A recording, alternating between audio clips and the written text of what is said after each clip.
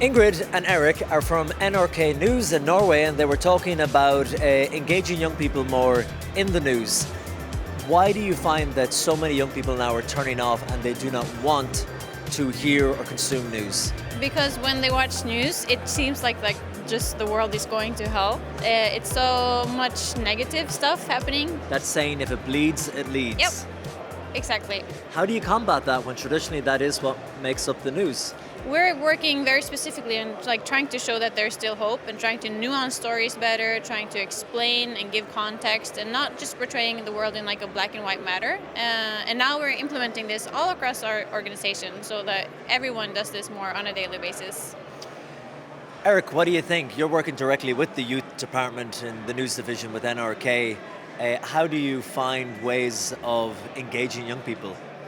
Well, we try to explain in the ways that they understand, and we try to use the words, the language that they use, and we try to make stories based on the matters that they actually care about and is part of their own universe.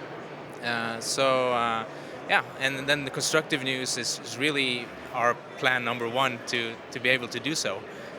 Because we feel that people get the wrong impression and they say that themselves.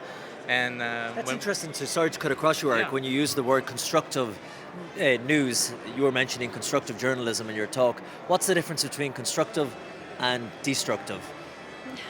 We don't really call any journalism destructive, but of course it can be destructive if you. Well, there must be if yeah. some journalism is constructive. and if you never look at yes. the solutions. Yeah.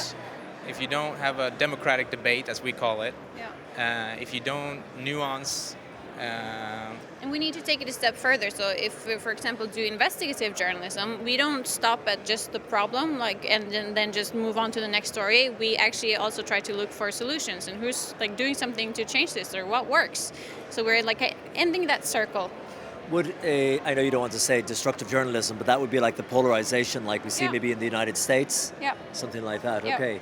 Do you find, is trust an issue too? Young people switching off? We see this more in the United States with the fake news term that was coined.